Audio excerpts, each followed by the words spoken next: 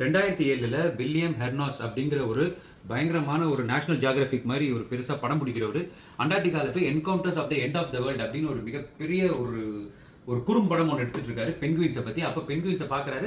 எல்லா பென்குயின்ஸும் எப்பவுமே ஒரே மாதிரி ஒரு மேட்ரிக்ஸ் போட்டு அதுக்குள்ள அழகா, அதாவது மேட்ரிக்ஸ்னா என்னன்னா, இப்போ நம்ம ஊர்ல ஆடு போகுது இல்லை, அதே மாதிரி எல்லா ஆடு மெயினாக ஒரு ஆடு போகும், அந்த ஆடை ஃபாலோ பண்ணி எல்லா ஆடுகளும் போகும். அதே மாதிரி தான் பென்குயின் எல்லாம் போயிட்டே இருக்குது. திடீர்னு ஒரு பென்குயின் மட்டும் திரும்பி அப்படி போகுது.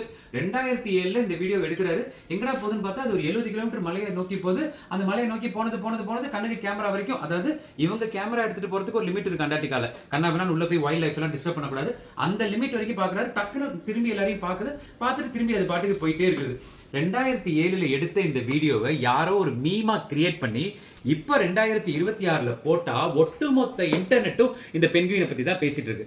அதாவது என்ன இதுல கதைன்னா, அவங்க இதை வச்சு ஒரு சொந்த கதை பண்ணிக்கிறாங்க. குடும்பத்துல எல்லாரும் இருந்து தான் மட்டும் ஒதுக்கப்பட்டவங்க எல்லாருமே நான் அந்த பென்குயின் மாதிரி அப்படின்னு ஒரு கதை விடுறாங்க. ஒட்டுமொத்த பேரும் தனித்துவமா, அதாவது எப்படி நம்ம சிவாஜியில ரஜினி சார் சொன்னார்ல, அதாவது சிங்கம் தான் வந்து சிங்கிளா வரும், பண்ணிங்க எல்லாம் கூட்டமா வரும்னு, அதே மாதிரி இந்த பென்குயின் தனியா போது, நீங்களும் இந்த பென்குயின் மாதிரியே போங்க அப்படின்னு எல்லாரும் சொல்றாங்க.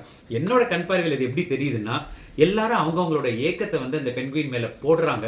அதனாலதான் இன்னைக்கு அது அவ்வளோ வைரல் ஆயிருக்கு. அது என்ன பிரச்சனையால தனியா போச்சு, சில பேர் சொல்றாங்க லவ் ஃபெயிலியரால போச்சு அப்படிங்கிறாங்க, சில பேர் சொல்றாங்க அதுக்கு மண்டை குழம்பிருச்சுங்கிறாங்க. எல்லாமே கட்டுக்கதை தான். என்ன நடந்துச்சுங்கிறது அந்த பென்குயினுக்கு மட்டும்தான் தெரியும். ஆனா அவங்க மனசுக்குள்ளார இந்த மாதிரி தனியா போகணுங்கிற ஆசை இருக்கு. ஆனா குடும்பத்தை விட்டு, வேலையை விட்டு, பொழப்ப விட்டு, படிப்பை விட்டு போக முடியுமா? முடியாது.